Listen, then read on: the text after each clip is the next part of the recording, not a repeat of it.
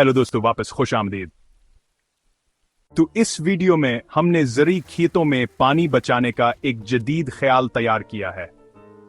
जब भी बादल से पानी आता है यानी बारिश होती है, तो हम यहां क्या कर रहे हैं? हमने एक बारिश के पानी का जमा करने वाला बनाया है। जब ज़री खेत पर बारिश होती है तो हम इस पानी को जमा करने की कोशिश कर रहे हैं और इस पानी को एक किनवे की तरफ मुंतकिल कर रहे हैं।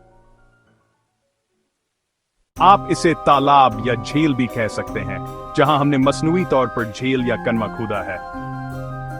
यहां हम एक वाटर व्हील दिखाने की कोशिश कर रहे हैं। यह एक वर्किंग मॉडल है। हमने डीसी वाटर पंप का इस्तेमाल करके बारिश की नकल तैयार की है, जिससे पानी को ऊपर उठाकर यह दिखाया गया है कि गोया ये बादल से आ रहा है। जब पानी बादल से आता है तो हमने इसे जमा करने के लिए प्लास्टिक की फैनल इस्तेमाल की है। इस पानी को जमा करने के बाद हमने इसे वाटर वेल में जखीरा करने के लिए रास्ता बनाया है। जब पानी वाटर वेल में जमा हो जाता है तो हम इस वाटर वेल के पानी को ज़रूरियात के लिए इस्तेमाल करते हैं। अब हम दिखाएंगे कि ये बारिश का इंतजाम कैसे काम करता है।